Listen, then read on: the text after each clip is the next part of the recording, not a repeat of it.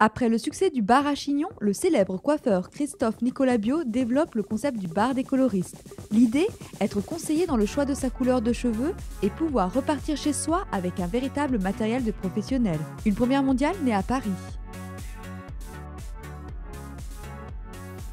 L'idée du bar des coloristes, elle est arrivée d'une manière à la fois simple et réfléchie. C'est-à-dire que j'ai observé quand même beaucoup les consommatrices, les clientes, leur comportement, et je me suis rendu compte que, et ça il faut le savoir, plus de 80% des femmes qui ont les cheveux colorés se colorent les cheveux elles-mêmes à la maison.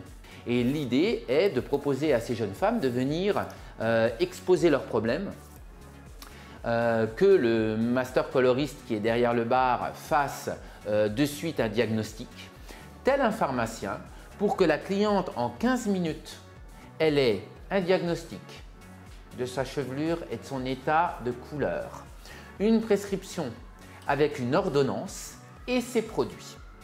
Le tout pour 25 €.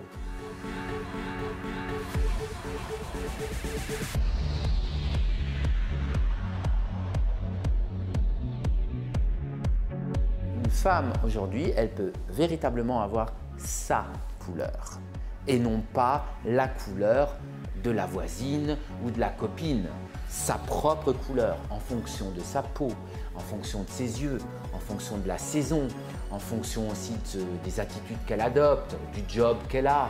Voilà, il y a plein de choses qui permettent aujourd'hui une personnalisation complète de la couleur. Cette année, on nous parle du blonde. Donc le blonde, ce n'est qu'un mélange de brun et de blond finalement, mais avec une légitimité et une force du brun un peu plus forte que celle du blond. Alors que le tie and dye, c'était un peu le contraire. Donc vous avez dans le blonde des nuances qui sont à la fois brunes et chaudes en même temps dans les demi-longueurs, voire les pointes, ce qui est donc moins fort et moins agressif que ce que n'a été le tie and dye. Évidemment qu'avec le temps, la coloration a évolué et puis elle a surtout surfé sur la mode.